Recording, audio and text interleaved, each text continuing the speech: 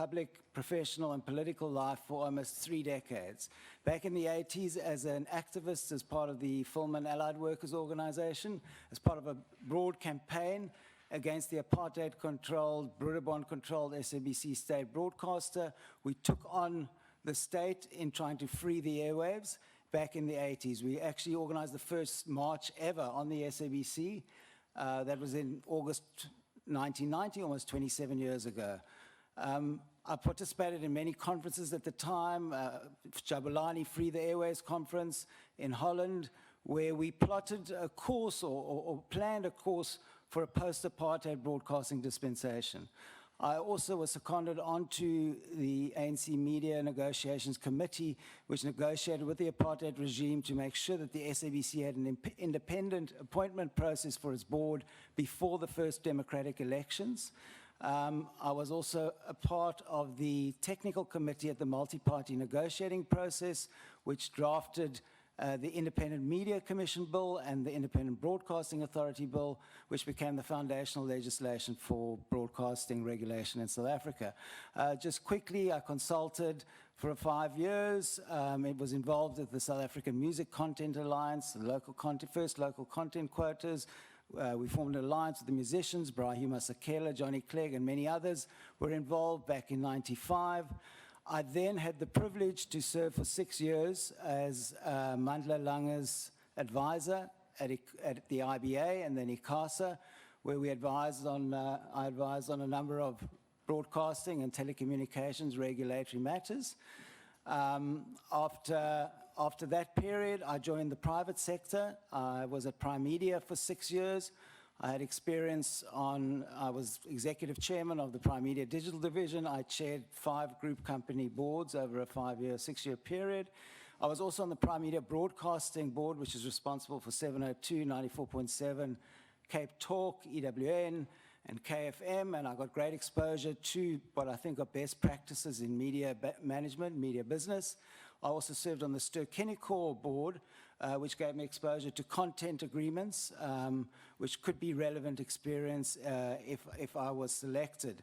I left Prime Media in 2014 to pursue my interest in the tech startup space, but I also decided, Chairperson, to get back involved in activism, and I joined the SAS Support Public Broadcasting Coalition to take on the SABC. Okay. On other issues, you'll elaborate when members ask questions. Thank you very much. Honorable Tsedi. Mr. Markovitz, can you, more often when we put together structures like a board in this instance, along the way it just happens that there be factions in structures, groupings. Can you assure us that if appointed at no given stage, you will be part of any of the groupings that will lead to us dissolving this board again? Honourable Member, I can absolutely assure you that that would never be the case. My history has been a commitment to being an independent board member of any board that I've served on and to fulfill my fiduciary duty to that organization, I can assure you. As part of the interim board as of now, you are a member? No. Okay. No, I'm not. Okay. The history of the board that led to us dissolving the board, what is it that you can do differently if appointed to ensure that this time around we don't dissolve this board? Honourable Member, I think it's just a matter of sticking to the law, sticking to the Broadcasting Act, sticking to the legislation that governs board members, like the PFMA, Broadcasting Act, the Constitution. I see there's been corporate governance failures of a chronic sort over years, but I don't think it's that complicated if you understand corporate governance, that you simply follow the rules and you declare your interest. You're not there in your personal interest, you're there in a public interest, and as such, you're not supposed to be doing anything outside of that interest. So I can assure you that I would follow the legislation and the chart of the SABC and the rules of the organization. What, in your understanding, are some of the gaps in the Broadcasting Act in particular that Parliament must look at very closely? Honourable Member, I think that for one, the name of the Act is completely wrong. It should be called the South African Broadcasting Corporation Act because it should only deal with the SABC. In fact, it only deals, and I think it's just because of the history of the legislation, it's a kind of an amendment, a quirk that was left behind because it did used to, before the Electronic Communication Act came into force in 2006, the Broadcasting Act did used to have general application to the general industry. But I think if we look at the Act now, it's simply an act about the public broadcaster. So it might be a semiotic or semantic, but I think it should be called the SABC Act. And I have a second amendment if I've got time, Chair. I would make it clear there's a lacuna in the Act about how the executive directors are appointed. And I think that this was exploited in the past and caused a lot of problems, and I think it's one area that is not clear from the Act. The last one, digital migration, Mr. Markovitz. What does it mean to the SABC?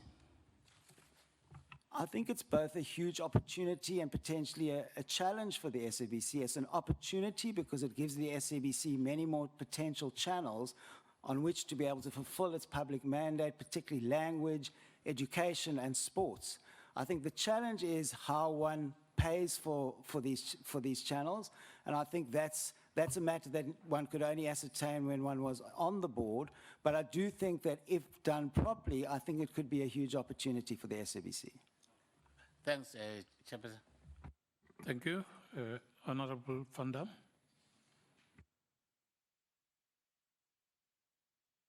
Okay, Honorable Davis. Chair, can I also have a little bit more time, please?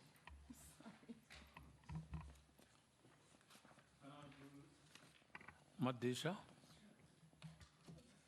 I'm coming. I'll go. Okay, Honorable Van Dam. Can you switch off Honorable Davis? Thanks, Mr. Markovitz, and thank you very much for making yourself available. You mentioned the Broadcasting Act. Now, do you think it should be amended to, do you think it should be amended at all? I think the Broadcasting Amendment Bill should be withdrawn completely for the simple reason that the main intent of that bill, as I read it in the past, and I'm not sure if it's been updated, but the main intent of the bill is to take away the power from this very committee, which it has historically enjoyed, to appoint the SABC and move that power to the executive. And I think that this committee really should carry on having that power. So I would think that shouldn't be taken away from you. I think you are the right body to be dealing with it, number one. And number two, I don't think that the board should be reduced to 9 members. Thanks. I was actually speaking about the actual Broadcasting Act. I mean, the amendments, that's something that still needs to be dealt with. But the actual Broadcasting Act, do you think there's any way it should be amended to bolster the protection for the SABC? Or, just let me know where you think. I actually think that the Act is on a whole pretty good. As I said, the one area that needs clarification is the appointment of the top 3 executives. Which, as that lacuna in the Act, has been used to appoint members unlawfully. So I would clear that up. I would also take out all the bits and pieces that are left over from 2005 and just simply make it the SABC Act. It's an act only about the SABC and shouldn't be confused with any other act. What do you understand about the role of the shareholder, the SABC's shareholder? And do you think that that isn't something that should be perhaps clarified in the Broadcasting Act? What do you understand to be the role of the shareholder? I think the role of the shareholder is generally a policy one, but I do think that the SABC plays a unique role in our constitutional democracy. It's, with respect, not necessarily the same as ESCOM and SAA, which are obviously very important institutions, but because it deals with freedom of expression, which is enshrined in our Constitution, and because independent regulation of broadcasting is protected in our Constitution, I don't think the same way that the shareholder would necessarily operate in an ESCOM or SAA should necessarily apply to an SABC because of those constitutional protections around freedom of expression. But that doesn't mean to say that the shareholder has no role to play. The shareholder can set policy, the shareholder can get involved and engage with the board, and as the shareholder is doing at the moment. How do we, as Parliament, I mean, if you'd give us advice as the committee that conducts oversight over the SABC, how would we, through legislation, protect the SABC against political interference? Honourable Member, I think you can't legislate for everything, okay? I think already the SABC is protected for its independence, it's in the Act already. I think that it's about the board members understanding its role. It's also about cooperative governance. I think it's about the board finding a way to work with the minister, working with Parliament, working with the regulator. These are all part of the broadcasting ecosystem, and each institution has a role to play. I think I think on the area of the executive directors, I think that's an area of potential problematic application because it's silent and the MOI seem to have been problematically amended. So that's where I would take it up. But I think you can't legislate for people who are not going to follow the rules. The rules are there, and if people don't follow the rules, then they must be held to account. What is your opinion on upward referral as contained in the SABC editorial policy? Well, I know that a lot of civil society organizations are, I think the period has been extended for comment by the SABC on the editorial policies. I am in favor of the creation of an editor-in-chief role, but obviously once on the board there might be internal dynamics that complicate this, but I think that there should be an editor-in-chief where the buck stops with him or her as to editorial decisions. Obviously, that editor-in-chief would form part of the organizational structure of the organization and would have to report to someone in the organization. That can't be free-floating. But in terms of making editorial decisions regarding news, particularly, the buck has to stop with someone. Obviously, if there's a big problem and things get out of hand, it can be brought to the CEO's attention, but you've got to have someone whose responsibility it is for dealing with editorial decisions, and that I think the best person would be an editor-in-chief type person. Thank you. Thank you. Honourable Davis. Thank you, Chair, and thank you to you, Mr. Markovitz, for making yourself available. I'm going to start with a legal question which has vexed us as a committee, and that is in terms of the statutory framework governing the SABC. And we know that the Companies Act has some role in the SABC as well as the Broadcasting Act. In your opinion, if these two acts come into conflict with each other, which act do you believe should take precedence over the other and why? Okay, first let me clarify that there is currently litigation on this point. It's before, I think, the Gauteng High Court. We're awaiting judgment on this exact issue around the application of the Companies Act. It was brought by SOS, Freedom of Expression, and MMA. But having said that, I think that when it comes to appointment and removal, I think the Broadcasting Act has to take precedence. But in other areas where the Broadcasting Act is silent in terms of general company statutory stuff, I think the Companies Act can apply. So it doesn't mean that the Companies Act is excluded for everything. I think that it needs to be clarified, and we're waiting for judgment on this particular matter. It's quite pleasing to see that the interim board has decided not to oppose that litigation as the previous board had been doing. So we are awaiting the judgment on that conflict between the Companies Act and the Broadcasting Act. Do you expect the judgment to provide enough clarity, or do you think we might need to amend the Broadcasting Act to make this clearer? Honourable Member, I think it's likely that if the application is successful, that what would be hoped is that the court would provide guidance to Parliament on how the Act should be amended. And that's really what the intention should be.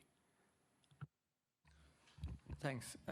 You seem to have a very good grasp of the legislation and the regulatory environment around the SABC. But obviously on the board, it requires a lot more than that. It requires a lot of courage to stand up to difficult and powerful people.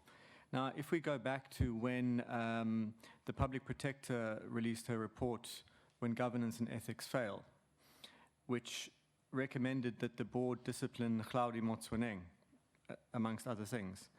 That was blocked by certain members of the board in connivance with the minister. What would you have done if you had been a member of the board at that time? Honourable Member, I think we would have requested that the Public Protector's report be implemented, given that, okay, with hindsight, we now know that the Public Protector's report are binding. Many people thought that anyway, but we now have clarity from the Constitutional Court that it is binding. So I can't ignore that in my answer, because obviously it would have been binding and we would have had to, as a board, follow it. But what would you have done as a dissenting voice on the board?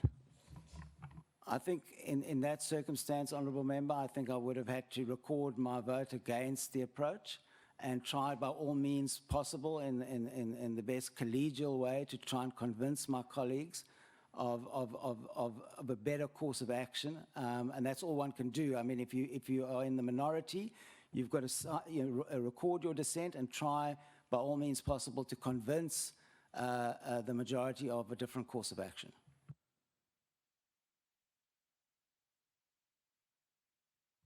Thanks.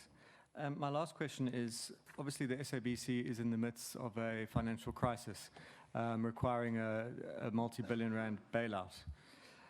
What would be your strategy to maximize revenue, to curtail costs without compromising on the SABC's public service mandate? Thank you, Honourable Member. I think there's two parts to that answer. The first part, which most people haven't dealt with, is the question of market structure. I think everyone has been focusing on the need to improve the SABC services, collect more revenue, collect more advertising, and I would support that, and I can go into more detail on that. But what I think is a big problem, Honourable Member, is that the SABC doesn't operate in a vacuum. It operates in a market where the pay TV operator has enormous market power.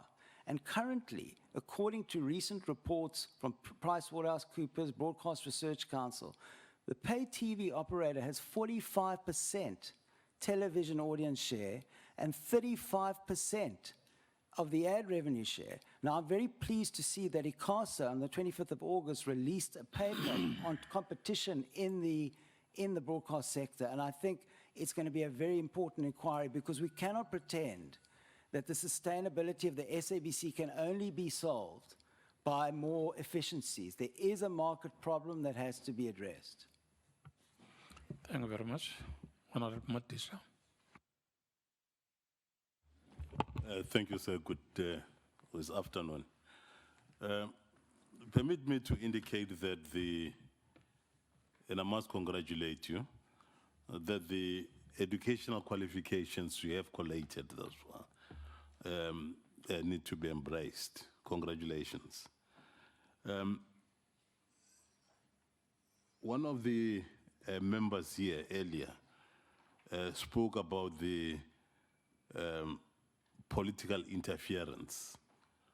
And without doubt, we have gone through that, where, and I think a number of other people, as you know, have raised that. We have had political interference, corruptions, and as a sequel to that, the morals and the educational knowledge and everything get put at the back, all right? And that's exactly what we have at the SABC at this particular moment. How are you going to deal with that? Thank you, Honourable Member. I think that this committee is charting a new course from what it seems, and I think that it's about respecting the law and also clarifying roles. I think that the board needs to get on with its job about running the organization, overseeing and picking. I think the first thing it has to do is to pick a top 3 management team that is incredibly efficient, so that the board doesn't get involved in operational issues. I think the interim board had to, by its very nature, get involved in operational issues because of the complete collapse and, of the management team. So I think a high priority is to get that top 3 management executive team appointed. I do think that, you know, just for the sake of clarity, and some board members may not have had experience on boards before, is to make sure that everyone knows what their fiduciary obligations are, what their requirements are in terms of the Act. And I think this needs to be made clear up front. And I think also, I expect that there'll be a cooperative governance relationship with the minister, because ultimately I think it's in everyone's interest that the board gets on with sorting out the issues at the SABC and taking the SABC into the next era. Thank you. Say you are one of the members there of the board, okay? You are not part of the executive. And what then happens is the executive goes on, they go on with the kind of things that we have seen, that brazen corruption, gross mismanagement, et cetera, and everything that they've stolen, they only come to you in a meeting after a quarter in the year to come and give the report. What do you do? Because it is not feasible then for you to reverse that which they shall have done by then. It's a very good question, Honourable Member, but I think given the scale of the corruption and the maladministration, I think it's very difficult to understand, given that scale, how the board could not have been aware of it, and if they weren't, then they were certainly breaching their fiduciary duty, because the board's supposed to get regular management accounts, and certainly in the boards that I've received, that I've served on. So while you don't maybe meet all the time, you certainly get enough reporting to keep an eye on the key levers of the company or the corporation, as the case may be. So I don't think the board can only show up on a quarterly basis and say, okay, what's going on? I think the board has an ongoing responsibility to keep its finger on the pulse. I'm happy with the qualifications you have here. And I hope if the committee were to say that you should come in, I'm not saying so, if they were to say so, we'll be able to get something from that. Thank you. Thank you, Honourable Member. Thank you, Honourable Madisha. Mama Chop.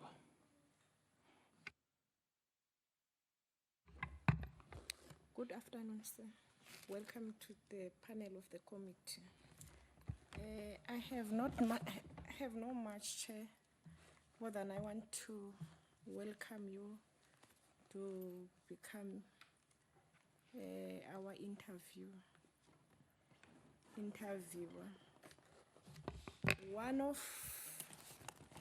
My question will be direct to one of the concerns that has been expressed by South Africa is that SABC focuses on urban content.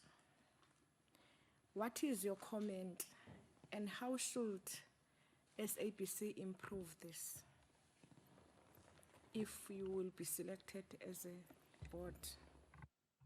Thank you, Honourable Machoba. I think that the challenge has always been for the SABC, because it's only got 3 television channels, to deal with it. On radio, I think that can be dealt with and is largely being dealt with, that area. Although I agree with you, some of the stations can still be very urban focused.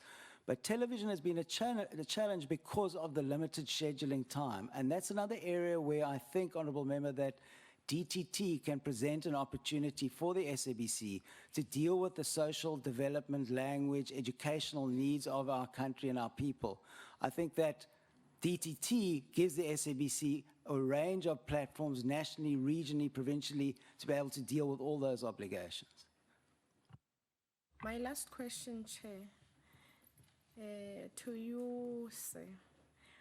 How should SABC promote a social integration or a cohesion?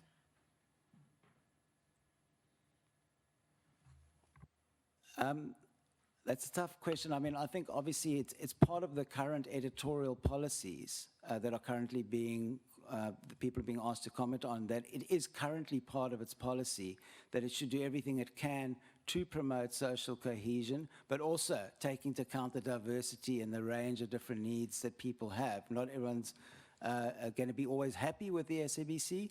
It's got a tough mandate to keep everyone happy, but I think it is already in its policies, and I think that what's been a problem is that those policies have not been complied with.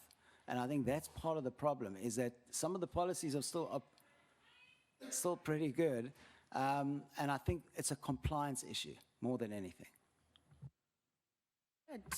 To your CV, you have experience, a high experience. But what changings you want to change in SABC if you will be selected as a candidate, as the best candidate? Let me put it on that way.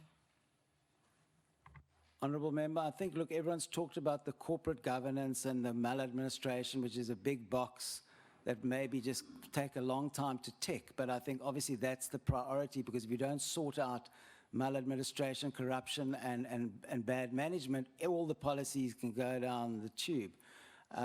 What I do think that maybe hasn't been focused on enough is the SABC's potential role in bridging the digital divide in South Africa. I think because it's a broadcaster, it's often seen that only the telecommunications operators need to focus on access to the internet. But I think there are very creative strategies that the SABC could use, and I know there are a lot of good people thinking about this in the SABC, is how to encourage access to the SABC's, not just its news content, its programming content online by subsidizing or covering data. And there are a number of strategies that can happen where you can bring in sponsors or advertisers to cover the data costs of the SABC's listeners. If you go to the SABC's websites now, they're all in English. I mean, it seems that the websites have been built for advertisers, not for the communities that they serve. So I think the websites need to be completely transformed, where people can go not just to get their news, but to actually download programming in their own language. And SABC needs to find a way to sponsor the data for people, because there are ways to do it. There are ways to get that data down. And with the biggest reach in the country, there's a lot of people that could be drawn onto the internet, particularly on their phones. Thank you. If data was sponsored. Thank you very much. 5 minutes gone. Honorable Doze, it's your time.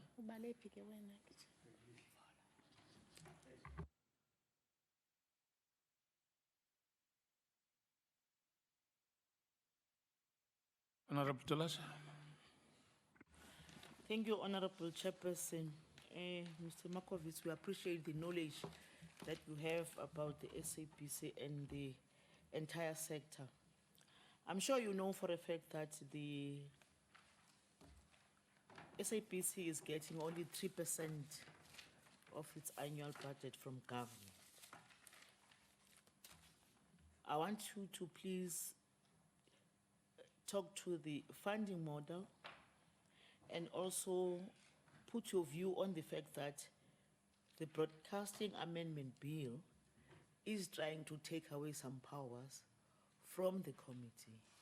Don't you think that is influenced by the percentage that they are getting, and that can have serious implications in as far as accounting processes are concerned? Please take me through, Mr. Markovitz. Thank you, Chair. So to deal with the funding model, I know the term funding model has been used a lot, but it really is an inherited revenue base that happened over the years, not with any kind of sense of planning necessarily to make it a successful model. It's just how it has become, that it's been license fees, advertising, sponsorship, and programming exploitation rights. I do think that the SABC could be getting a lot more advertising if it was properly. I think just my time at Prime Media showed me how media assets could be properly run, and I do think given the SABC, what it's got, it could certainly be getting a lot more advertising. And I know that some of the current interim board have been talking about improving the license fee collection. So I think until such time as we've achieved that, that's the one issue. But Honorable Talashe, I think, and I'm repeating this point, the market structure for broadcasting is a big problem in South Africa. We have a situation where apparently PricewaterhouseCoopers says the total broadcast industry is worth 36 billion rand. Of that 36 billion rand, 21 billion, it estimates, and I'm saying it's an estimation, so, and I'm using their figures, goes to subscriptions. So, and then there's only one pay TV operator, so let's estimate they get 20 billion, and I'll stand corrected. I'm relying on Pricewaterhouse. That means the size of the advertising cake for television I'm talking about is 16 billion rand. If the SABC's total revenue base is 8 billion, and only 6 billion of that is advertising, that probably follows that only 5 billion is television. Now, 5 billion out of 16 billion is just really a small market share for someone the size of the SABC. That's why there has to be regulatory competition intervention. MultiChoice had a condition in its license that it could never get more advertising than subscriptions. But because the subscriptions are so high, it's a meaningless cap. There is no cap. MultiChoice currently apparently has 35% of the ad revenue share, and it has 45% of the audience share. We can sit here, we've got to assume, Honourable Member, that we can fix the SABC. But I don't think we can ignore the problem of market structure. And I think that has to be addressed simultaneously. It is a regulatory issue. It wouldn't necessarily be a board issue, but I'm raising it because the SABC doesn't operate in a vacuum. And on your, the other, did I deal with both your questions, Honourable Member? Yes. I would reiterate what I said to the other Honourable Member. I think it should be withdrawn.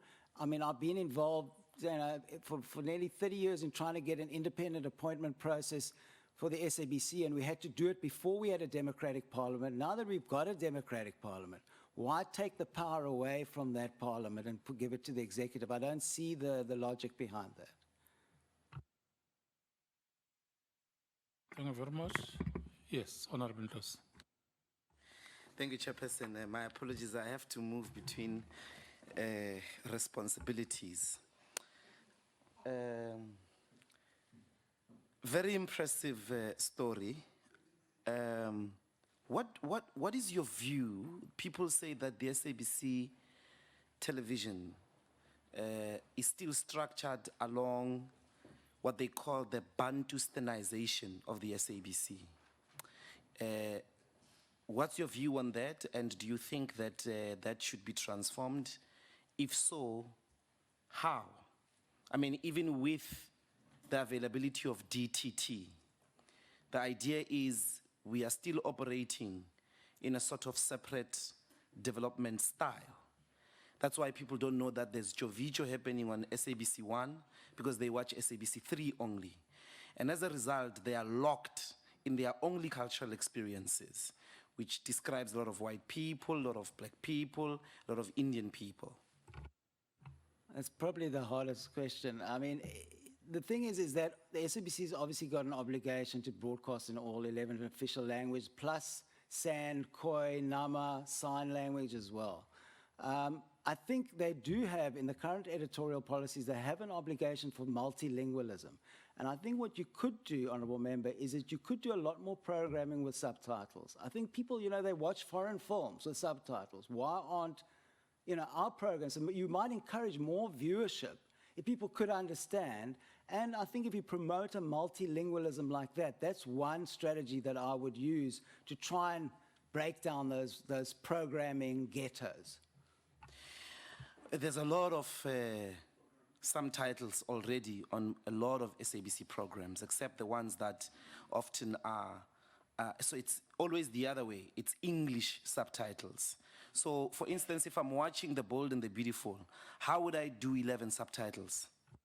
You can't do Or let's say 9 subtitles. So, I mean, and if I can't, what's the solution? DTT. Unfortunately, the only solution really is DTT, because the SABC simply doesn't have enough programming, scheduling time on its 3 channels. So language and subtitle is not the future. Okay, what is your view on Pan-Africanism? Many people say the SABC is not Pan-Africanist. If it is, it's not Pan-Africanist enough. What's your sense? Should the SABC be Pan-Africanist? And if it should be, If it's not at the moment, how would it achieve that? You know, Honourable Member, one of the things that's disappointed me since my time that working with Mandalanga at ICASA, when we were seen from a Pan-African regulatory point of view as really like the leading lights on the continent. And in fact, you know, in the mid-2000s, the SABC was sort of almost the shining light on the hill for public broadcasting, and we had some great relationships. I was more in the regulatory stage, but there was a greater sense, a greater Pan-African sense of let's learn from each other on the regulatory side. I wasn't in the public broadcaster, but I did know that there was a time when the public broadcasters of Africa were starting to try to cooperate on programming, okay? So there's certainly a lot more that could be done in terms of the management of the SABC to bring African programming. Give an example. How would, in your view, Pan-Africanism in the SABC be achieved? Like an example. I think that you could start introducing programming from other countries in certain slots, again, using subtitles, and I think you start marketing it. I think you can't ignore the fact that we're living where we are. I think Okay, we're not last in, two we're not questions. in Europe, you know? Last two questions. I have 5 minutes with you, so I gotta be a bit quicker. Now, the question of... Okay, I'm gonna ask them in two form. DTT, what is going to happen? A lot of people are switching to satellite. Satellite provides everybody has it already. What's really the point of DTT? Why don't we just go to satellite? What's your view on that? Because, obviously multi-choice is alone in that space. It has a lot of problems, but many people are hoping on DTT. Why don't we just move to satellite? Why doesn't the SABC and the entire broadcasting service be on satellite? It looks like a simple solution, but you're potentially ignoring the problem that the migration was to free up frequencies for mobile broadband, which could start addressing our data problems. So if the analog broadcast is just, I agree with you. We're so behind on DTT, so it's tempting to say, let's look at broadband, let's look at satellite, let's sort of skip this thing. But unfortunately, it is linked to migrating off spectrum. They can free up spectrum for mobile broadband, and I think that's part of the migration. I am concerned, Honourable Member, and I'm not close enough to it, about the distribution of boxes to our people. I think that if the communication is not done right, we could potentially have another e-toll situation where people suddenly get told, hang on a second, you've got to pay 600 Rand for this box, and what's on it? And a lot of people might say, well, what, is there anything? So there has to be more content on that box than there currently is. I think there will be a pushback. I think that's a communication. It can be dealt with. We have to go into communities. You have to explain to communities why it's important and the fact that you will be able to get a lot more content. But I am worried that it's just simply implemented without a proper national communication strategy. Thank you. Yeah. Mr. Kongobela. Sir. I think a lot has been asked and a lot has been responded to. Having looked at your CV, having interfaced with your life in your media history and the strategic roles you've been playing, in short, what would you say are the key chronic factors that lead to dysfunctionality of SABC boards? I think simply ignoring the law and corporate governance principles. I also think that there seems to have been, and I won't mention names because it hasn't been proven, but there seems to have been people involved in the board management who were deriving some personal interests from the SABC in some way. I think it's got to be absolutely clear that it is a public service role. You're not there to further your own interests. I certainly didn't make myself available because, it's a lucrative position. I think it's a public service, it's a national service that you're doing for your country, and that's why it should be seen. If it's seen in any other way, Honourable Member, you will start having those kinds of problems. For instance, have you ever thought about a situation where, because whenever these collapses do occur, there could be one or two individuals who are trying to fight. but powerless because of numbers. Have you ever thought of a system that empower a noble cause of a minority or individuals when the tyranny is going mad? Look, I think obviously while there's board confidentiality, if there's illegality, you cannot just sit there and say, okay, I'm going to stand quiet, because you can see that the law is being broken, then you have a duty to speak out publicly. Or at least first contact Parliament, I would say, not just first port of call would be Parliament. But I don't think that one can say, well, I'm in the minority, I can see the law, I see the laws being broken, and I'm just going to keep quiet. You spoke on the editorial setup about editor-in-chief. Let me tell you what struck fear immediately in my head. Are we not exposing the independence of that unit once we say there's an editor-in-chief? Because that's an individual. Don't you think you need a system rather than an editor-in-chief, a system that protects that independence against the power of an individual whose bias cannot be predicted? Good question, Honourable Member. I think before a problem gets to an editor-in-chief, there obviously are lower editors in the management structure where you will try and deal with the problem.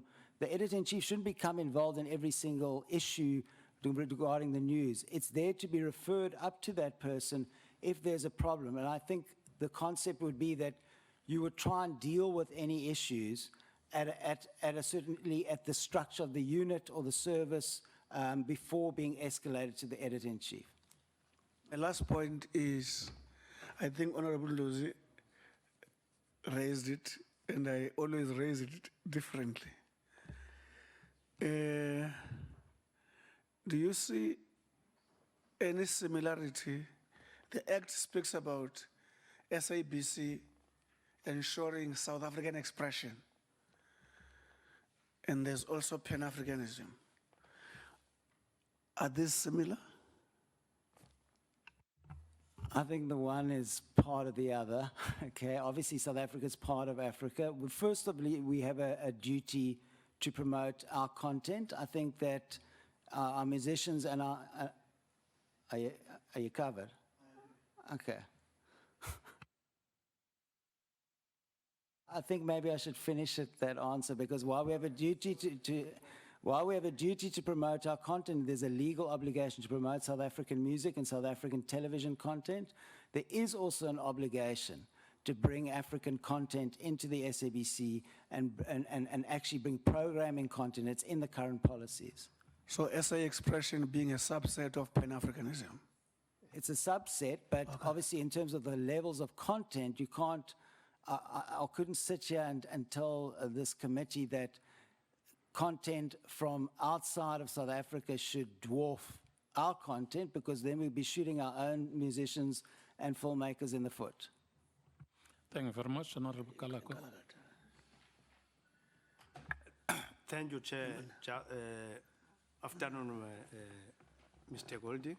Just one question for me, because other questions have been covered and you have answered them very well too. There is this, whispering about the assets of the SABC. Some are saying the SABC should actually sell some of its assets, especially the radio, which is very important to the public. What is your view on that? Honourable Member, I would be completely against that at this point, because at the moment you would only be able to sell the profitable parts of the SABC, because no one would want to buy the non-profitable, and then you'd be selling some of your key generators of income. It would be an absolutely disastrous move in my view, and I would be against it. Thank you very much. Any questions to the members? Are you fine? Thank you very much. Go well. Members, we have 4 candidates who must leave here at 8. Who must leave here at 8 for, not even 8, we must catch 9 o'clock flight. And they must be at the airport at 8. 4 of them. Can we agree, members, that we cut the minutes down to 2? No.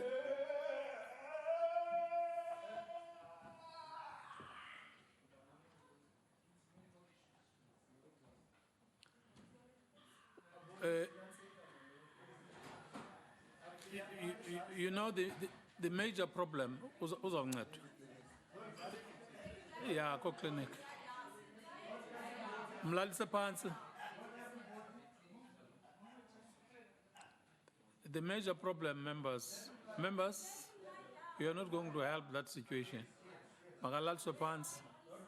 Makalaliswe phansi.